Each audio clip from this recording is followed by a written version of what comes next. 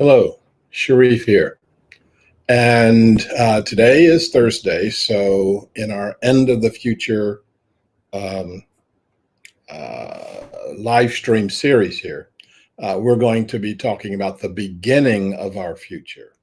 And most specifically, what needs to begin over the next 1,000 years? And start now, but we won't see the culmination of it for 1,000 years. Um, And how do we need to make that start manifesting now? Okay, so we are talking about our close in future, and we are uh,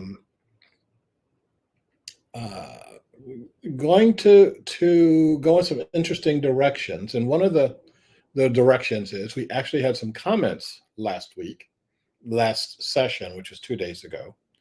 Um, and I want I want to share those comments and make some comments of my own, and then we're going to get into our 1,000 year future. Something before I launch us, before I start my timer here. I want to thank those of you who participated in my remembrance and retrospection of for the passing of Dr. A.T. Aryaratne in Sri Lanka. Um, it was interesting. I was actually listening to myself as to what I chose to talk about, and also listening to what I was choosing not to talk about. And so, um, and the not to talk about stuff will come up at another point in time. Um, I want to do another event, and this is with the larger Sarvodia family, both in Sri Lanka and around the world. And that's going to take some more time to put together. So maybe next week, maybe the week after, I'll be doing this, or perhaps I'll be participating in somebody else's larger retrospection. Um, these are not things you plan in advance, so we'll see how that goes. Okay, so let's go ahead and start the way we normally start, which is with a 5 minute meditation. And I'm going to call forth our candle, which I finally figured out how to make it flicker. Um, and I'm going to invite you to close your eyes if you feel comfortable with that. Or you can look at the flickering candle if you feel comfortable with that. I'm going to ask you to remind yourself that we are doing this meditation not for my individual consciousness, but for our shared consciousness with all living beings. And I'm going to ask on your own for you to take 3 or 4 really deep breaths, and on your own to let them out with an audible sound so that you can get your maximum benefit from it.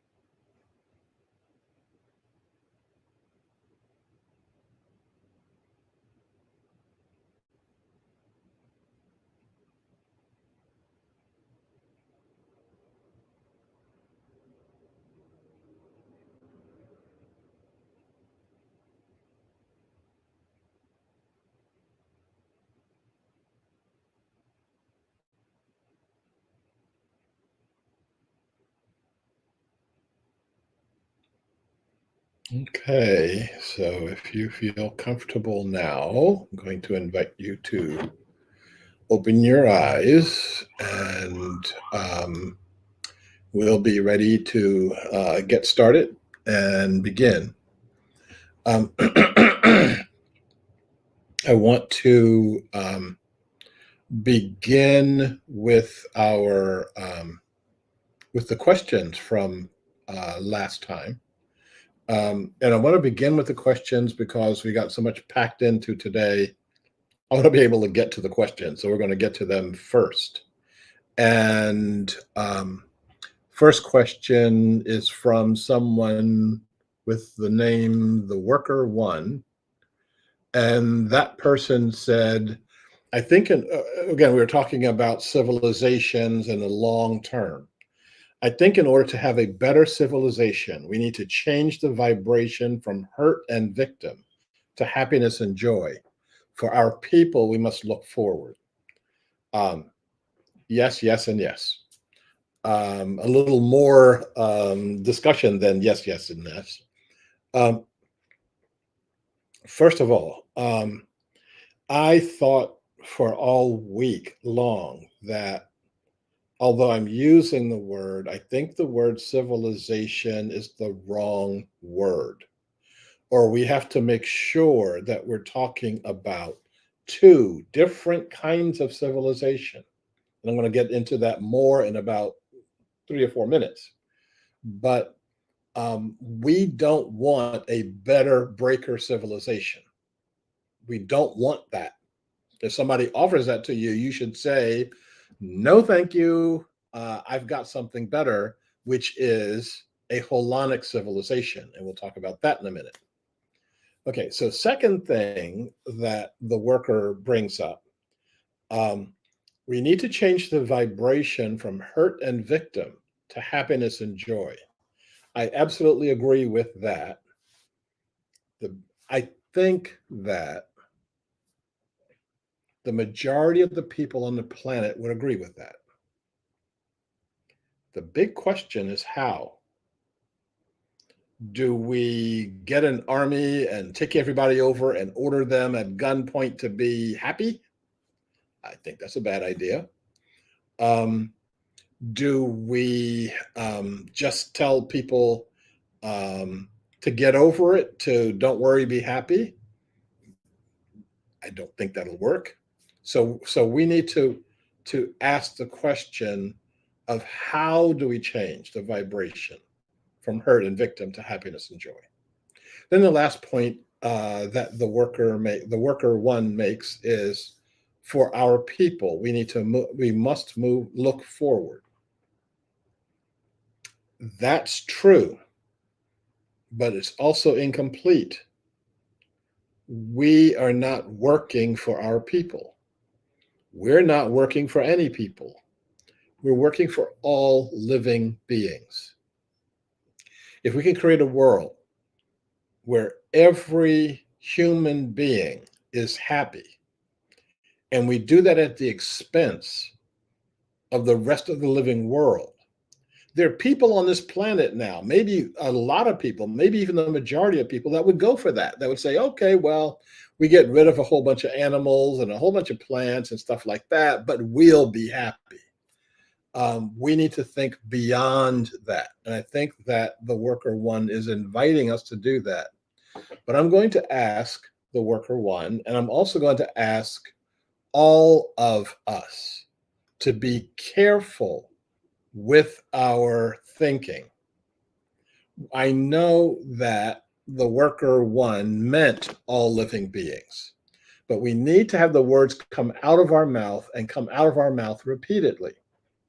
What happens when we do that? Our mouths get trained to start saying all living beings. The people around us start getting trained to hear all living beings.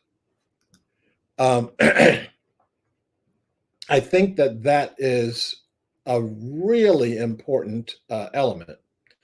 And all beings start getting the hit, the vibration that, oh, yes, you really are working for me.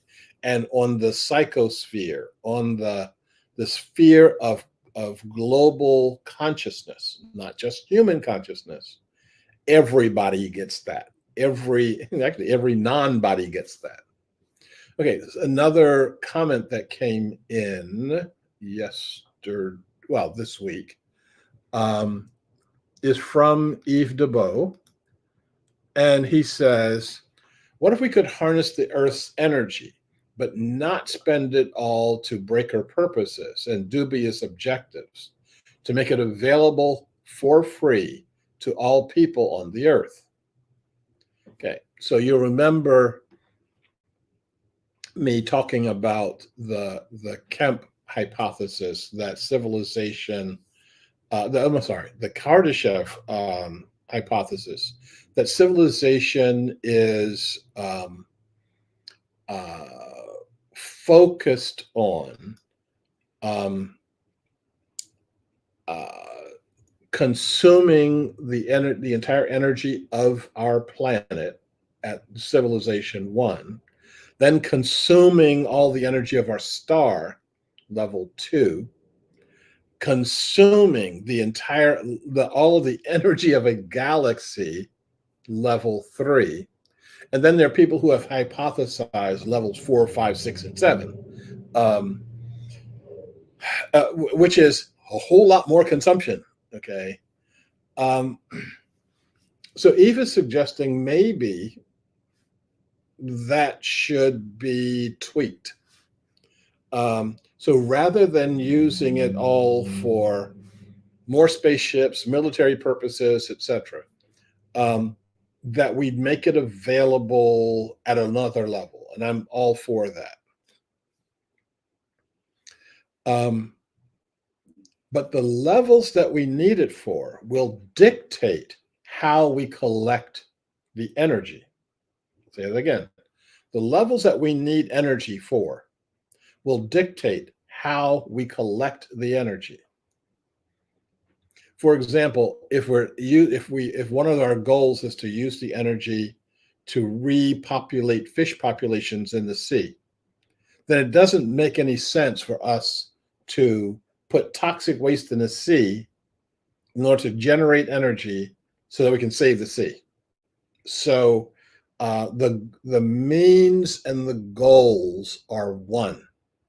Okay, so once you understand what your own goal is, you know that we can't do it this way, but we have to do it that way. Very quick example. We know that hydrogen is a whole lot better than fossil fuels, and we know that you can make hydrogen energy out of seawater. Okay, so making hydrogen energy is really cool, much cooler than burning fossil fuels. And that's a good idea, except most of the hydrogen energy that is being generated right now, all the hydrogen energy that was boosting the space shuttle into outer space, all of the hydrogen energy that cars are consuming right now is not made with seawater. It's made with hydrocarbons. Hydrocarbon, because they're much more plentiful than the hydrogen in seawater. And breakers will tell you that's much more efficient. Well, in a way it is. It's efficient. It's efficient in that it'll make them more money. You can make hydrogen out of seawater, but it's not going to make them the mega bucks that they're used to. So my solution is get used to something else. Stop being used to stealing the Earth's resources for your own piggy bank. Let go of that. And if you don't want to let go of it, we'll pry your fingers around that concept. We are going to do it a different way. Last point about Eve's comment, and it's the same point I want to say for that I said for the worker one and for all of us is that we're going to make this available for free to all living beings on the earth. We don't have to be focused on myself. We don't have to be focused on humans as a collective. We can focus on all of life. Our keepers, our indigenous people, have been doing that for thousands and thousands of years. Our indigenous people, our keepers, have been trying to get us to focus on this for thousands and thousands of years. I have a suggestion. My suggestion is we ought to actually listen to them. We ought to actually start generating a human civilization, a Mender civilization, a holonic civilization that's focused beyond humans. We have to start doing that right now. We can't say, oh, when we all get everything all settled, we'll start really focusing on those others over there. Guess what? We never start focusing on those others over there. The others have to be in the room right now. They have to be part of the focus. They have to help us to work on the focus. Okay, so I'm suggesting to us today, as part of our 1,000-year plan, that we start. Well, actually started a while ago for me. That we start looking for a different definition of civilization. So we remember from Tuesday that we had a different that this guy named Kemp came up with a definition of civilization. Had a number of steps to it. His definition was a group that has sedentary agriculture, and I added to that all other extraction methodologies that takes more from the earth than you put into the earth. Okay, this is using the earth as your bank account, using your earth as the earth as your piggy bank. You take as much fish from the sea as you want to. You take as much from the land as you want to, and then you force it to give you more. You force fertilizers, etc., so that it keeps giving you more and more and more. And that more concept is breaker consciousness. The other thing that Kemp said was civilization has multiple cities. So when Christopher Columbus came to well, India for him, the New World for us, he didn't see any sedentary agriculture. He saw agriculture, but people were planting as much as they were consuming. So they didn't see these, big grain stores where they were hoarding this excess. The idea of excess was, I'm not going to say excessive. So the idea of cities, because of that, who needs them? But according to Kemp, you don't have a civilization until you have multiple cities, where you have military dominance, where you dominate the geography of an area and you use violence to do that. And you have political dominance. You are aggressive with your neighbors. So what happens if you're peaceful and loving with your neighbors? Interesting. You're not civilized. In that definition, in breaker civilization, you subjugate all beings that are not part of your civilizations, and that includes humans. So when Columbus goes up the to Hispaniola or the other islands that he visited on his other journeys, he saw human beings because they were not part of his civilization, because they weren't dressed like him, they weren't acting like him, they weren't holding guns like him, they were not civilized, and it's okay to subjugate them. I'm not overstressing this point. This is a very important point. The reason we have so many armies on our planet today, the reason that we have so many armies pointing weapons at each other and actually using those weapons at each other on each other is this last point. If you're in my area, I should be able to subjugate you. Okay, war in Sudan, war in Israel-Palestine, war between Ukraine and Russia. It's all about subjugation. And that's, according to Kemp, a definition of civilization. And according to Kemp, it's a definition of civilization that I reject, that we have to reject. And once we reject that, we can start looking for the definition of a holonic civilization.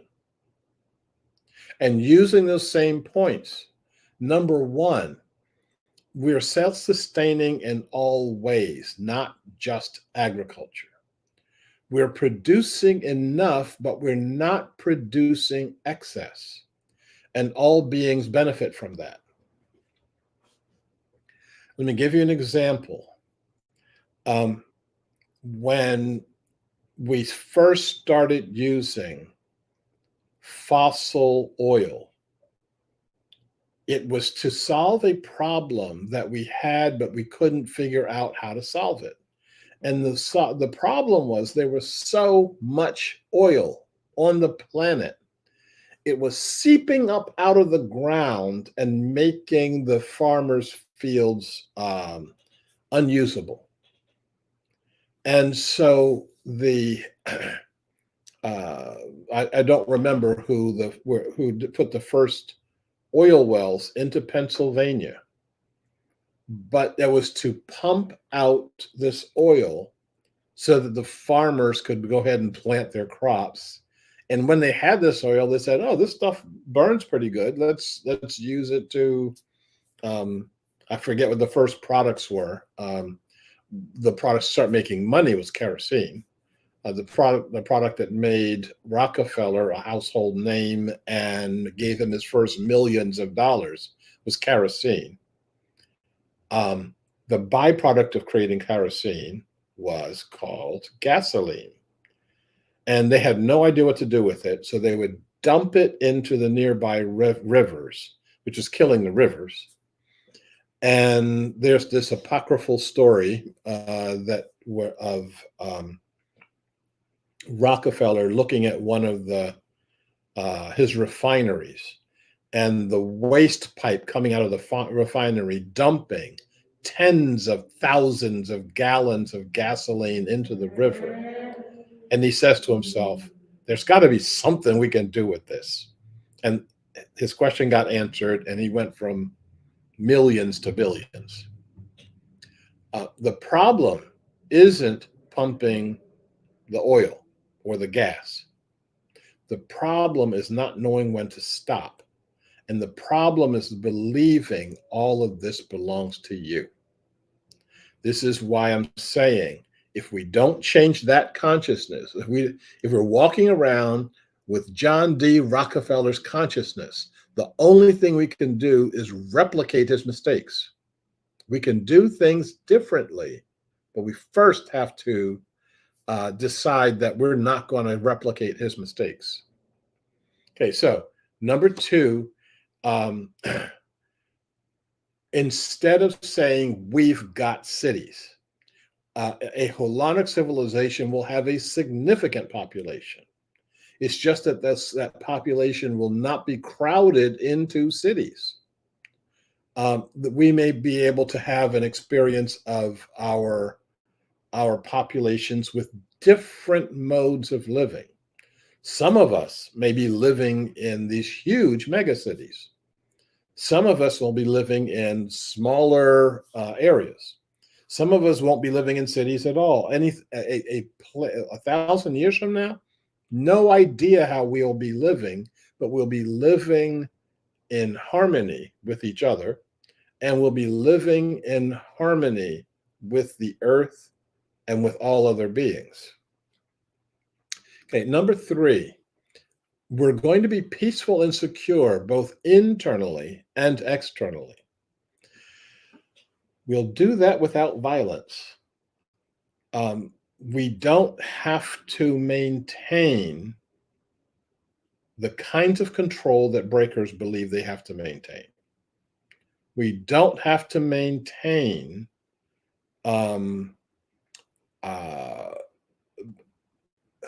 military relationships with other beings. We don't have to threaten other beings. We can actually talk, but we can't talk if you have the consciousness that says, "I have to control you." That control concept plays itself out in so many different ways that we don't. If I talk for the next several hours, we wouldn't have time to go through all of them.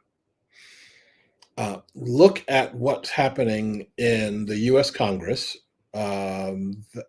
around women's reproductive rights. We don't have any rights because the largely men in the Congress, control you, the women who would be subject to the law. Why do I control you? Because that's our definition of civilization. That is and we need to call that the definition of breaker civilization, and then say, we don't want that. So it's not a matter, it does not matter. So the issue isn't women should have the right of reproduction rights over their own bodies. That's not the issue. And as long as you phrase the issue that way, you may get those rights, you may not get those rights, but the basic problem continues on. The basic problem of consciousness continues on. What happens is, how do we, human beings, create a governance structure where we can be at peace, and we can be secure internally and externally? Now, that's the question. And once we ask that question and ask it the right ways, we're going to come up with answers that no one can even dream of right now, because they're not thinking holonically. 4, we'll be looking at not political dominance, but political, cultural, and spiritual relationships. That will be the touchstone for how we do our living. And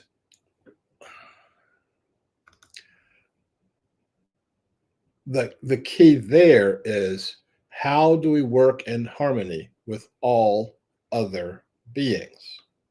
Not how do we subjugate all other beings, but how do we live and work in harmony with them?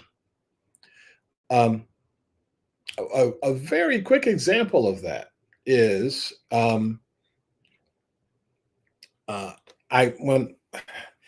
needless to say, I've been thinking an awful lot in the last couple of days about my life in Sri Lanka, and not just the formal parts where I was in meetings, etc., but how do you keep really, really aggressive tropical ants out of your kitchen?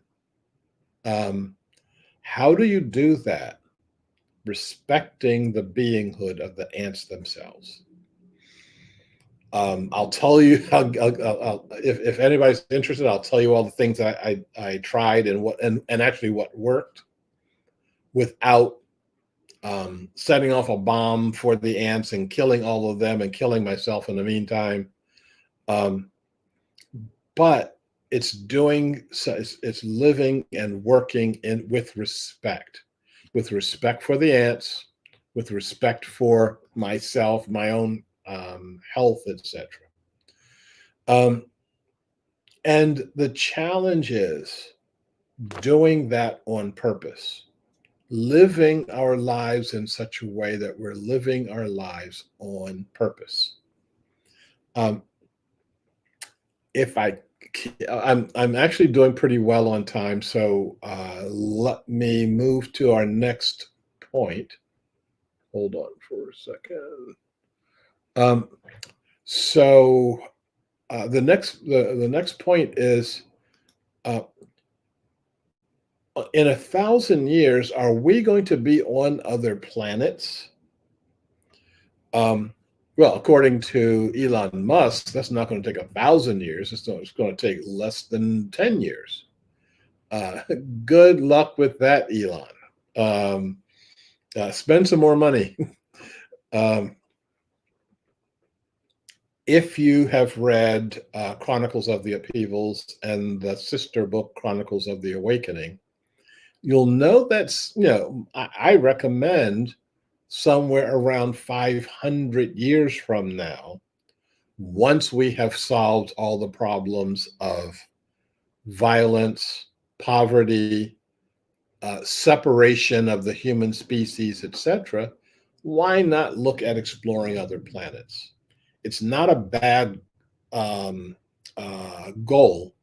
It's just a way premature goal. We've got a lot of work to do before we can um, start doing that. As I say in, where did I say this? In one of my books. Um, it's okay to do that, but do your work first. You know, um, when I was said I was going to go outside and play, my mom said, "Did you clean your room first?" So we got to clean our room, um, and then we can start looking at other planets. So so the money that we spend exploring the universe is premature. If you want to spend that kind of money, fine. Get rid of war first. Stop spending money on weapons first, and then you can start spending money on that. Stop spending money on keeping people in poverty. Start spending that money in such a way that poverty becomes unthinkable, that any part of the human family being in poverty is simply unthinkable. And so, if we're going to do it at all, we have to do all those things later. And if we're going to explore the planets, we don't necessarily have to use human beings.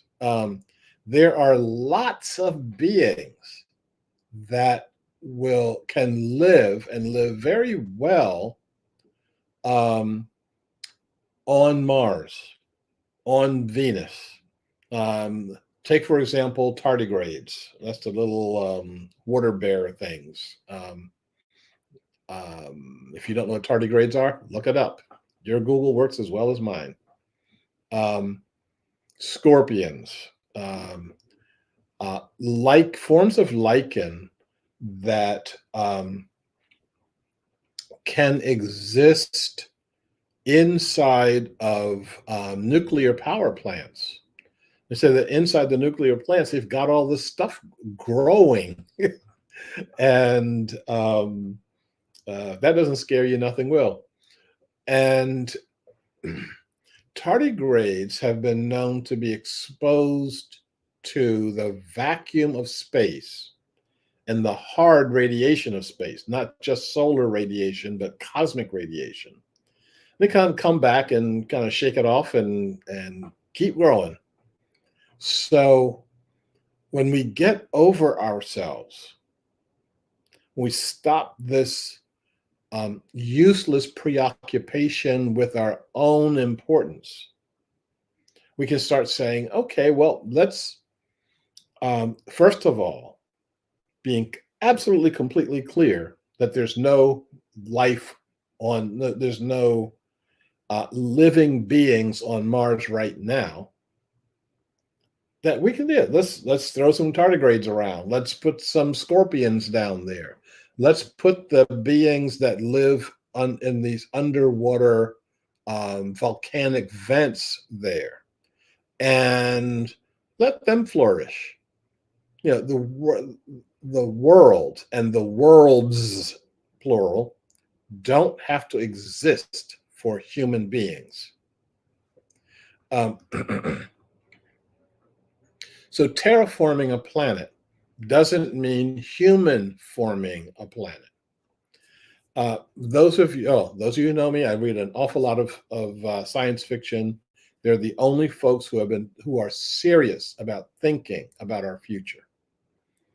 And the book series Red Mars, Green Mars, Blue Mars is amazing. I think it's one of the best book series ever written. And Arthur C. Clarke said that red, green, and blue Mars, he said, this isn't science fiction. This is the method by which we will get to Mars. Rich guy, not Elon Musk, in the books,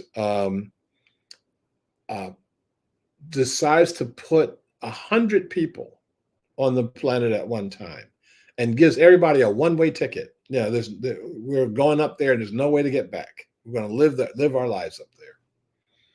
And what do we do when we get 100 people up on Mars? Well, it's really simple. We start fighting each other because that's the consciousness.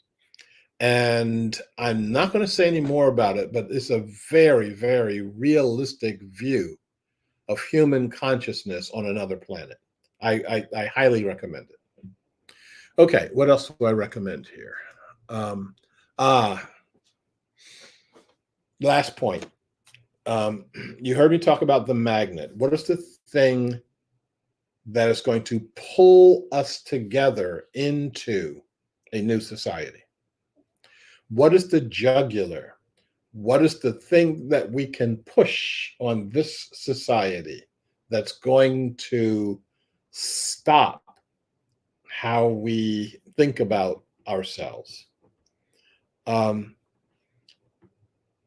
We've got one more session coming up, and I may have to expand that to a session and a half because we got a little bit more to cover here. But we need to be thinking about, what is the thing that pulls all of us together? What's the thing that pulls the right and the left in our society together? What is the thing that pulls all the people in China together and pulls them together with all of the people in Japan? That was the thing that pulls all of the rich people and all of the poor people together in the same effort. That has to exist in our society. If it doesn't exist, we have to make it exist. Okay. And I keep saying this, we have to act this way.